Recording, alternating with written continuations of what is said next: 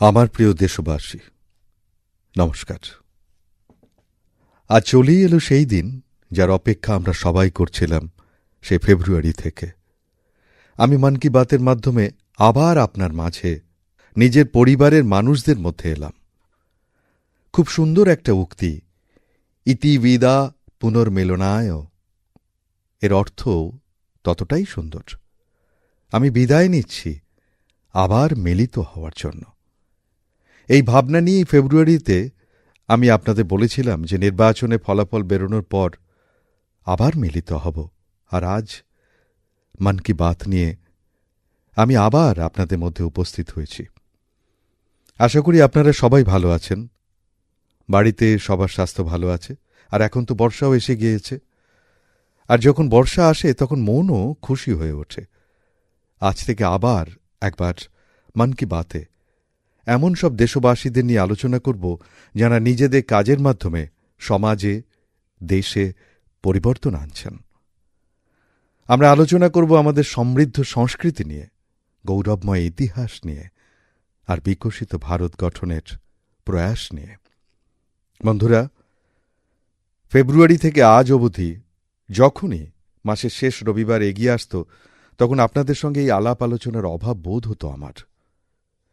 কিন্তু আমার এটা দেখে খুব ভালোও লেগেছে যে এই মাসগুলোতে আপনারা আমাকে লক্ষ লক্ষ বার্তা পাঠিয়েছেন।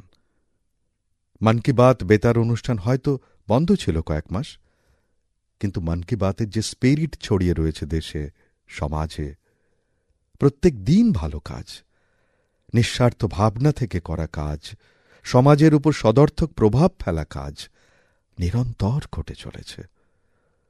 নির্বাচনে খবরের মাঝে নিশ্চিতভাবে মন ছুঁয়ে যাওয়া এমন খবর পেয়েছেন আপনারা।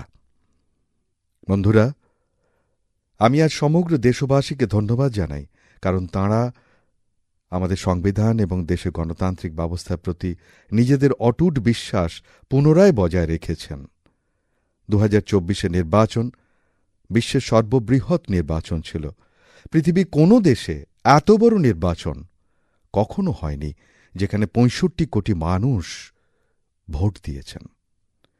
আমি নির্বাচন কমিশন এবং নির্বাচন প্রক্রিয়ার সঙ্গে যুক্ত প্রতিটি ব্যক্তিকে এর জন্য অভিনন্দন জানাই। আমার প্রিয় দেশবাসী, আজ 30শে জুনের এই দিন অত্যন্ত তাৎপর্যপূর্ণ। এই দিনটিকে আমাদের জনজাতি ভাই বোনেরা হুল দিবস রূপে উদযাপন করেন। এই দিনটি বীর সিধু কানুর অদম্য সাহসের সঙ্গে জড়িত, যাঁরা দৃঢ়ভাবে বিদেশি শাসকদের অত্যাচারের বিরোধিতা করেছিলেন।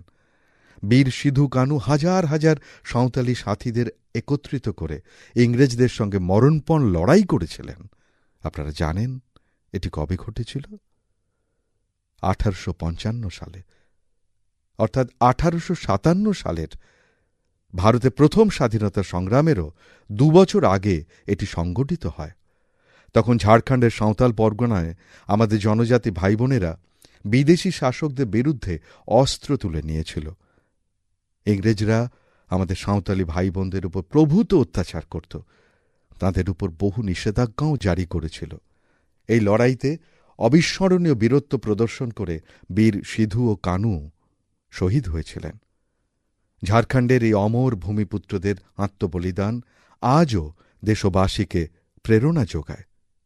আসুন শোনা যাক সাঁওতালি ভাষায় এঁদের প্রতি সমর্পিত এক গানের অংশ।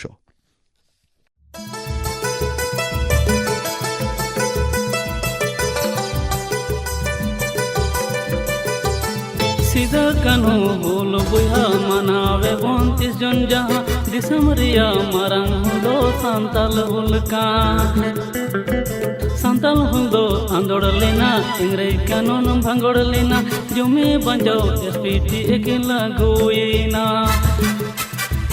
जंगारे पैगान साड़ी कने झाम जा फुलको होले बुया होले होले। আমার প্রিয় বন্ধুরা, যদি আমি আপনাদের জিজ্ঞাসা করি পৃথিবীতে সবচেয়ে অমূল্য সম্পর্ক কোনটি, আপনারা নিশ্চয়ই বলবেন মা। আমাদের সবার জীবনে মায়ের অবস্থান সবার উপরে।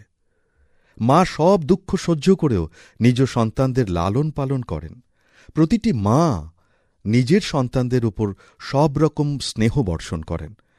জন্মদাত্রী মায়ের এই স্নেহ আমাদের সবার কাছে এক ঋণের মতো, যা কেউ পরিশোধ করতে পারে না। আমি ভাবছিলাম, আমরা মাকে কিছু তো দিতে পারি না, কিন্তু অন্য কিছু করতে পারি কি? এই ভাবনা থেকেই এবছর বিশ্ব পরিবেশ দিবসে এক বিশেষ কর্মসূচি শুরু করা হয়েছে, যার নাম এক পেড় মা কে নাম, একটি বৃক্ষ মায়ের নামে। আমিও একটি বৃক্ষ আমার মায়ের নামে রোপণ করেছি।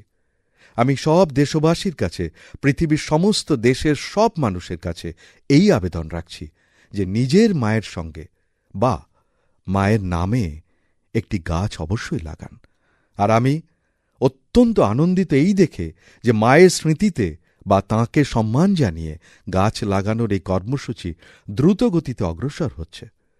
মানুষ নিজেদের মায়ের সঙ্গে বা তাঁর ছবির সঙ্গে গাছ লাগানোর ছবি সোশ্যাল মিডিয়ায় শেয়ার করছেন। প্রত্যেকে নিজের মায়ের জন্য গাছ লাগাচ্ছেন, তা তিনি ধনী হন বা দরিদ্র, কর্মরতা মহিলা হন বা গৃহবধূ। এই কর্মসূচি সবাইকে নিজেদের মাদের প্রতি ভালোবাসা জানানোর সমান সুযোগ দিয়েছে। তাঁরা নিজেদের ছবি #plant4mother এবং এক পেড় মা কে নাম এই হ্যাশট্যাগের সঙ্গে শেয়ার করে অন্যদের অনুপ্রাণিত করছেন। বন্ধুরা, এই অভিযানে আরও একটি লাভ হবে। পৃথিবী তো মায়ের মতোই আমাদের লালন করে। ধরিত্রী মাতা আমাদের সকলের জীবনে ভিত্তি স্বরূপা। সেজন্য আমাদেরও কর্তব্য ধরিত্রী মায়ের খেয়াল রাখা। মায়ের নামে বৃক্ষরোপণ অভিযানে মাকে সম্মান জানানো তো হবেই, তার সঙ্গে মা বসুন্ধরাকেও রক্ষা করা হবে। ভারতে গত এক দশকে সকলের প্রচেষ্টায় বনাঞ্চলের পরিমাণ উল্লেখযোগ্যভাবে বৃদ্ধি পেয়েছে। অমৃত মহোৎসব চলাকালীন দেশ জুড়ে ৬০,০০০-এরও বেশি অমৃত সরোবর খনন করা হয়েছে। এবার আমাদের সেভাবেই মায়ের নামে বৃক্ষরোপণ অভিযানকে আরও দ্রুত গতিতে এগিয়ে নিয়ে যেতে হবে। আমার প্রিয় দেশবাসী, দেশের ভিন্ন ভিন্ন স্থানে বর্ষা দ্রুত নিজের রূপ মেলে ধরছে। আর এই বৃষ্টিবাদলের মরশুমে সবার ঘরে ঘরে যে বস্তুটির খোঁজ শুরু হয়ে গেছে, সেটি হল ছাতা। মন কি বাতে আজ আমি আপনাদের একটি বিশেষ ধরনের ছাতা সম্পর্কে বলতে চাই। আমাদের কেরালায় এই ধরনের ছাতা তৈরি হয়। কেরালার সংস্কৃতিতে এমনিতেও ছাতার একটা বিশেষ গুরুত্ব আছে। সেখানে ছাতা অনেক আচার অনুষ্ঠান এবং ঐতিহ্যের গুরুত্বপূর্ণ অংশ। কিন্তু আমি যে ছাতার কথা বলছি তার নাম কার্থুম্বি ছাতা, আর এগুলো তৈরি করা হয় কেরালার অট্টাপৌড়িতে। এই রংবেরঙের ছাতাগুলো ভারী সুন্দর, আর এর বিশেষত্ব হল আমাদের কেরালার পিছিয়ে পড়া জনজাতি গোষ্ঠীর বোনেরা এই ছাতাগুলো তৈরি করেন। এখন দেশ জুড়ে এই ছাতার চাহিদা বাড়ছে। এগুলোর অনলাইন বিক্রিও হচ্ছে। এই ছাতাগুলো বট্টালক্কি সহকারী কৃষি সোসাইটির তত্ত্বাবধানে প্রস্তুত করা হয়। এই সোসাইটি পরিচালনার দায়িত্ব আমাদের নারী শক্তির হাতে। মহিলাদের নেতৃত্বে অট্টাপৌড়ির জনজাতি গোষ্ঠীর মানুষ এন্টারপ্রেনারশিপের এক অদ্ভুত দৃষ্টান্ত স্থাপন করেছেন। এই সোসাইটি একটা ব্যাম্বু হ্যান্ডিক্রাফট ইউনিটও তৈরি করেছে। এখন তাঁরা একটা রিটেল আউটলেট আর একটি ঐতিহ্যবাহী ক্যাফে খোলার প্রস্তুতি নিচ্ছেন। এদের উদ্দেশ্য কেবল নিজেদের ছাতা ও অন্যান্য উৎপাদন বিক্রি করা নয়, এরা নিজেদের পরম্পরা এবং সংস্কৃতির সঙ্গে গোটা বিশ্বকে পরিচয় করাতে চায়। আজ কার্থুম্বি ছাতা কেরালার একটা ছোট্ট গ্রাম থেকে মাল্টিন্যাশনাল কোম্পানি হয়ে ওঠার সফর সম্পূর্ণ করছে। লোকালের জন্য ভোকাল হওয়ার এর চেয়ে বড় উদাহরণ আর কি হতে পারে? আমার প্রিয় দেশবাসী, আগামী মাসে এই সময় প্যারিস অলিম্পিক শুরু হয়ে যাবে। আমার বিশ্বাস আপনারা সকলে অলিম্পিক্সে ভারতীয় খেলোয়াড়দের উৎসাহ বাড়ানোর জন্য অধীর আগ্রহে অপেক্ষা করছেন। আমি ভারতীয় দলকে অলিম্পিক্সের জন্য অনেক অনেক শুভকামনা জানাই। আমাদের সবার মনে টোকিও অলিম্পিক্সের স্মৃতি এখনো তাজা। টোকিওতে ভারতীয় খেলোয়াড়দের প্রদর্শন আমাদের সকলের মন জয় করে নিয়েছিল। টোকিও অলিম্পিক্সের পর আমাদের অ্যাথলিটস প্যারিস অলিম্পিক্সের খেলোয়াড়রা মন প্রাণ দিয়ে অনুশীলনে ব্যস্ত ছিলেন। সব খেলোয়াড়দের ধরে হিসেব করলে সবাই মিলে প্রায় 900 আন্তর্জাতিক প্রতিযোগিতায় অংশগ্রহণ করেছেন। এটা একটা বৃহৎ সংখ্যা। বন্ধুরা, প্যারিস অলিম্পিক্সে কিছু জিনিস প্রথমবার দেখা যাবে। শুটিংয়ে আমাদের খেলোয়াড়দের প্রতিভা বিশেষভাবে চোখে পড়ছে। টেবিল টেনিসে পুরুষ ও মহিলা দুটি টিমই কোয়ালিফাই করে গেছে ইতিমধ্যে। ভারতীয় শটগান টিমে আমাদের শুটার মহিলারাও অন্তর্ভুক্ত আছেন। কুস্তি ও ঘোড়সওয়ারিতে আমাদের ভারতীয় খেলোয়াড়রা এমন কিছু ক্যাটাগরিতে এবার কম্পিট করবেন যেখানে এর আগে কখনো তারা সামিল হননি। আপনারা নিশ্চয়ই অনুমান করতে পারছেন, এবারে অলিম্পিক্সে এক অন্য লেভেলের রোমাঞ্চ চোখে পড়বে। আপনাদের নিশ্চয়ই মনে থাকবে, কিছু মাস আগে ওয়ার্ল্ড প্যারা অ্যাথলেটিক্স চ্যাম্পিয়নশিপে আমাদের বেস্ট পারফরমেন্স হয়েছিল। চেস ও ব্যাডমিন্টন খেলাতেও আমাদের খেলোয়াড়রা জয়ের পতাকা উড়িয়েছেন। এখন গোটা দেশ এটাই প্রার্থনা ও প্রত্যাশা করছে যে অলিম্পিক্সেও আমরা খুব ভালো পারফরমেন্স করি। এই খেলাগুলিতে আমরা মেডেলও জিতব, দেশবাসীর মনও জিতব। আসন্ন কয়েকদিনের মধ্যে ভারতীয় দলের সঙ্গে আলাপ হওয়ার সুযোগও আমার হবে। আমি আপনাদের তরফ থেকে তাদের অবশ্যই আরও উৎসাহ দেব। ও হ্যাঁ, এবার আমাদের হ্যাশট্যাগ হল #cheer4Bharat। এই হ্যাশট্যাগের মাধ্যমে আমাদের ভারতীয় খেলোয়াড়দের উৎসাহ বাড়াতে হবে, তাদের চিয়ার করতে হবে, এই মোমেন্টাম বজায় রাখতে হবে। আপনাদের এই মোমেন্টাম ভারতীয় ম্যাজিককে পৃথিবীর সামনে নিয়ে আসতে সাহায্য করবে। আমার প্রিয় দেশবাসী, আমি আপনাদের সবার জন্য একটি ছোট অডিও ক্লিপ প্লে করছি। रेडियो क्वेट FM 93.3 से हिंदी शो नमस्ते कुवैत।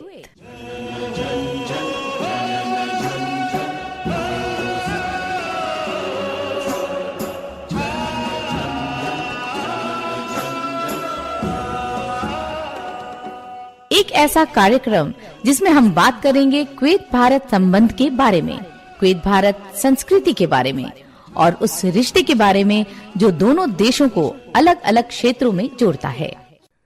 এই রেডিও অনুষ্ঠানটি শুনে আপনিও অবাক হয়েছেন, তাই না? তাহলে আসুন আপনাদের এই প্রেক্ষাপটটি বলি।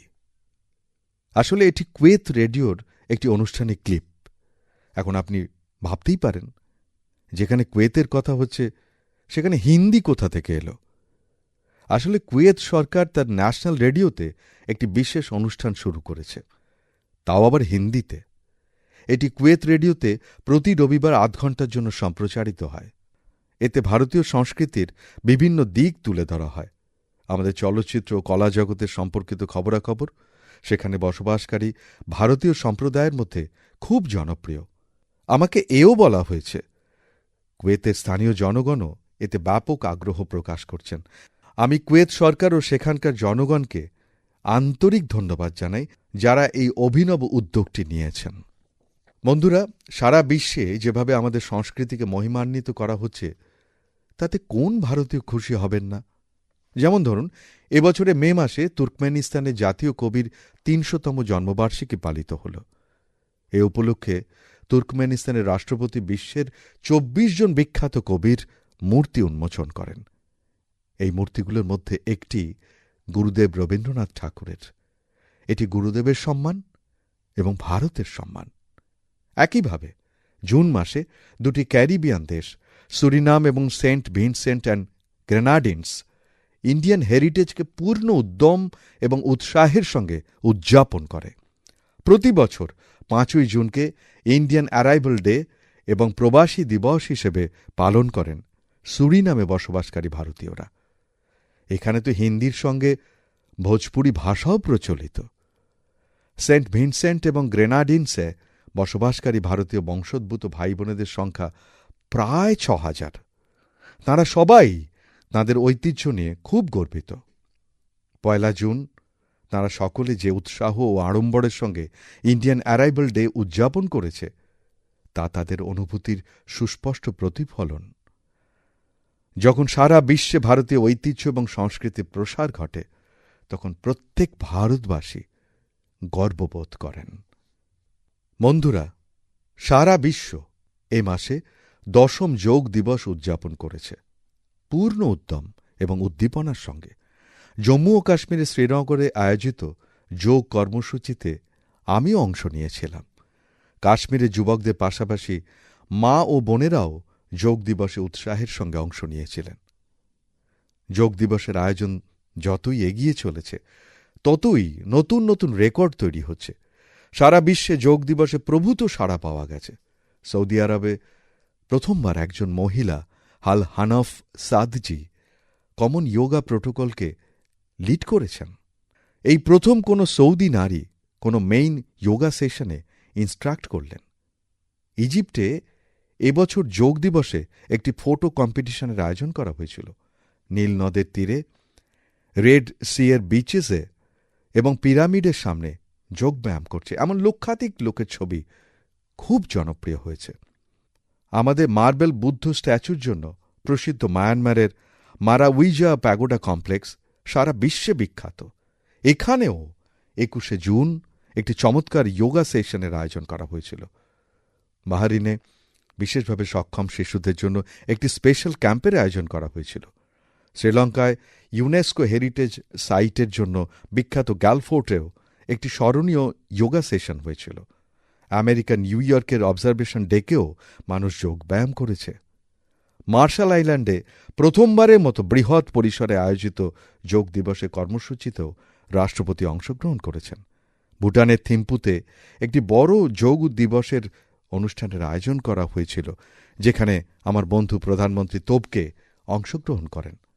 অর্থাৎ বিশ্বের প্রতিটি কোণে কোণে যোগব্যায়াম অনুশীলনকারী মানুষের নান্দনিক দৃশ্য আমরা সবাই দেখতে পেয়েছি। যোগ দিবসে অংশগ্রহণকারী সকল বন্ধুদের প্রতি আমি আন্তরিক কৃতজ্ঞতা প্রকাশ করছি। আমার আপনাদের প্রতি একটা পুরনো আগ্রহ ব্যক্ত করার আছে। আমাদের যোগব্যায়ামকে শুধুমাত্র একদিনের অনুশীলন অভ্যাসে পরিণত করলে হবে না। আপনি নিয়মিত যোগব্যায়াম করবেন। এর মাধ্যমে আপনি অবশ্যই আপনার জীবনে ইতিবাচক পরিবর্তন অনুভব করবেন। বন্ধুরা, ভারতে অনেক প্রোডাক্টস রয়েছে যেগুলি সারা বিশ্বে প্রচুর ডিমান্ড রয়েছে, এবং আমরা যখন ভারতে কোনো লোকাল প্রোডাক্টকে গ্লোবাল হতে দেখি তখন গর্বিত হওয়া স্বাভাবিক। এরকম একটি প্রোডাক্ট হল আরাকু কফি। আরাকু কফি অন্ধ্রপ্রদেশের আল্লারু সীতারাম রাজু জেলায় প্রচুর পরিমাণে উৎপন্ন হয়। এটি তার রিচ ফ্লেভার এবং অ্যারোমার জন্য প্রসিদ্ধ। প্রায় ১.৫ লাখ জনজাতি পরিবার আরাকু কফি বাগানের উপর নির্ভরশীল। গত কয়েকদিনে আরাকু কফির চাষকে নতুন উচ্চতায় পৌঁছনোয় গিরিজান কোঅপারেটিভের বড় ভূমিকা রয়েছে। তিনি ১ বছর ধরে এখানকার কৃষক ভাইবোনদের জন্য বাগানে কাজ করছেন এবং তাদের আরাকু কফি চাষে উৎসাহিত করেছেন। এই কারণে এসব কৃষকের আয়ও বহুগুণ বেড়েছে। কোন্ডাডোরা জনজাতি সম্প্রদায়ও এর থেকে অনেক উপকৃত হয়েছে।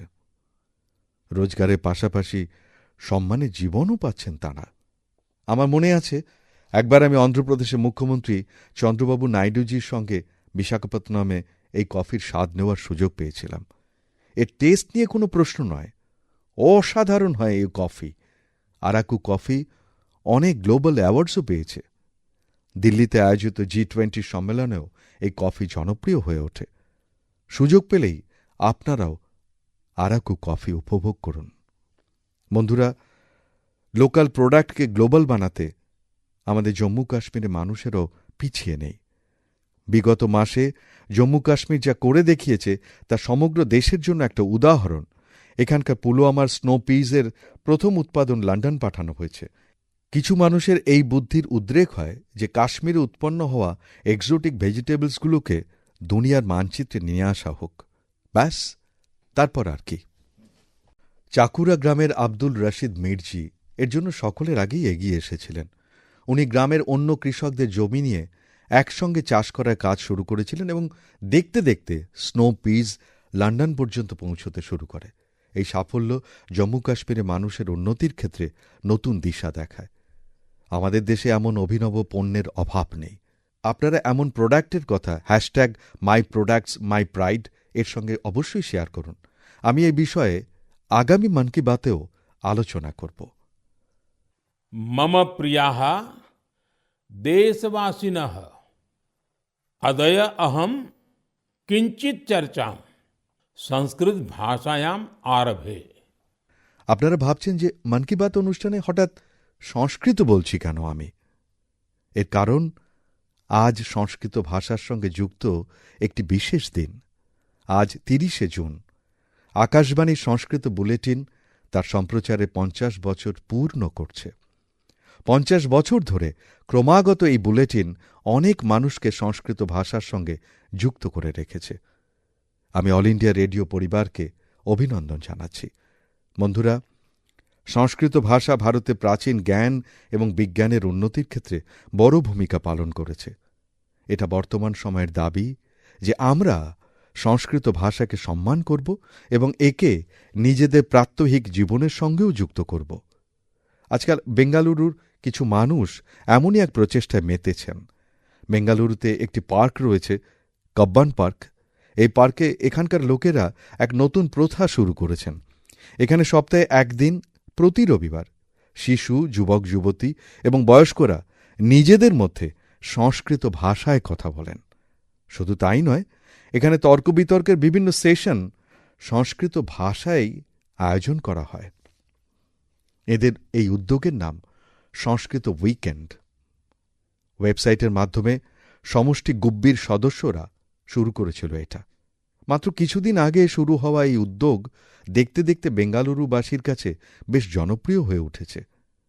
যদি এমন সব উদ্যোগের সঙ্গে যুক্ত হই আমরা, তবে বিশ্বের এত প্রাচীন ও বৈজ্ঞানিক ভাষা থেকে অনেক কিছু শিখতে পারব।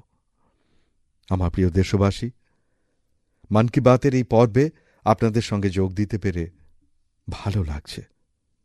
এবার এই ধারা আবার আগের মতো চলতে থাকবে। এখন থেকে এক সপ্তাহ পরে পবিত্র রথযাত্রা শুরু হচ্ছে। আমার কামনা, মহাপ্রভু জগন্নাথের কৃপা সর্বদা থাকুক দেশবাসীর উপর। অমরনাথ যাত্রাও শুরু হয়েছে, আর আগামী কয়েকদিনে পণ্ঢরপুর ওয়ারিও শুরু হতে চলেছে। এই সব যাত্রায় সামিল সব ভক্তদের শুভ কামনা জানাই আমি। এরপর কচ্ছি নববর্ষ, আষাঢ়ী বীজ উৎসব রয়েছে। এই সব পরব উৎসবের জন্য আপনাদের অনেক শুভকামনা জানাই। আমার বিশ্বাস, সদর্থক চিন্তার সঙ্গে যুক্ত জনগণের অংশগ্রহণের এই সব উদ্যোগ আপনারা অবশ্যই আমার সঙ্গে ভাগ করে নেবেন। আমি পরের মাসে আবার আপনাদের সঙ্গে যোগ দেওয়ার প্রতীক্ষায় থাকব। ততদিন অবধি নিজের ও নিজের পরিবারের খেয়াল রাখুন। অনেক অনেক ধন্যবাদ। নমস্কার।